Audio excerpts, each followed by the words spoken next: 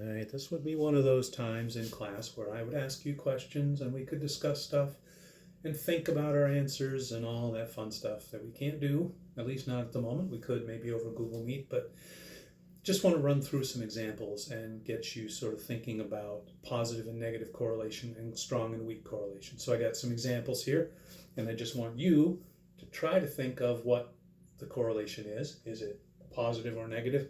Is it strong or weak before I give you the answer? I mean, I haven't researched any of these exactly, but I can tell you what I would suspect they would be and what I'm reasonably certain most of them would be. So let's look at one. Height versus arm span. If I were to measure a bunch of people's heights and their arm span, would I find that there was a positive or a negative correlation between the two? I'd have to expect that to be positive. The taller you are, the longer your arms tend to be. Would it be a strong correlation or a weak correlation? If I were to graph these numbers, would I get a nice linear trend or would it sort of be all over the place? I think it would be fairly strong. Not perfectly, but it should be a fairly strong correlation. So fairly strong positive correlation. How about the number of absences you have from class in a semester and the grade you end up getting in that class? More absences, do you think you'd have a higher or a lower grade? My suspicion is that if I were to look at people with more absences, they tend to have lower grades. Okay, so that would be a negative correlation. How strong would it be? Do you think it'd be a nice linear, miss a class, drop a few points, miss a class, drop a few points? No, it doesn't work like that.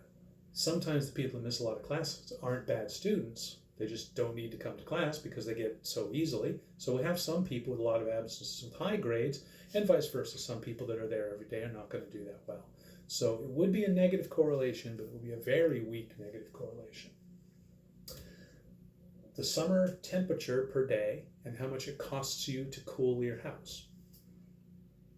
Well, if the temperature goes up, it's going to cost you more to cool the house. So you'd have a positive correlation there, and I would expect it to be fairly strong also.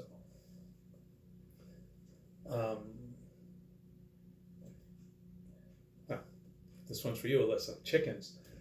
How old a chicken is, or a hen actually, and how many eggs it produces per week. Do you think as a chicken gets older, and once it starts laying, as it gets older, is it going to lay more or fewer eggs per week? It happens to be that it would lay fewer.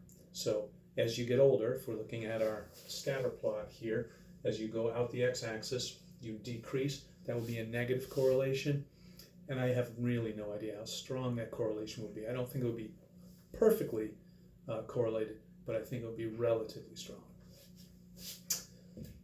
How fast do you drive and the number of speeding tickets you get? I've got to think that would be a positive correlation. How strong? I don't think it would be terribly strong. How fast you drive and how long it takes you to get where you're going, that would be a negative correlation, because the faster you drive, the less time it takes you to get there. So as speed goes up, time goes down, negative correlation. Number of heads in a classroom versus the number of legs in a classroom. For the vast majority of people, most of the time, that is going to be a direct correlation. So add another person, you get one more head, two more legs, and those points should be right on a line. Not exactly all of them, we know that. Some people are missing legs, most people aren't missing heads. Your IQ and your income. What do you think about that? If you have a higher IQ, do you tend to make more? I don't think you can make a case that higher IQ, you tend to make less. So I think that's got to be positively correlated. But just because you're smart doesn't mean you chose a profession that makes a lot of money. So, says the teacher. So the correlation is not going to be a very, very strong. It'll be relatively strong.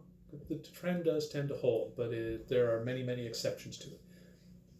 And number of people living in the house and the number, I'm sorry, you can see my laptop screen there. The number of people living in the house and the number of cars parked in the driveway. Positive or negative? I think it's pretty obvious that should be positive. We actually did that last semester and found that it was a positive correlation. but it was not very strong at all. And there were a lot of real exceptions to it.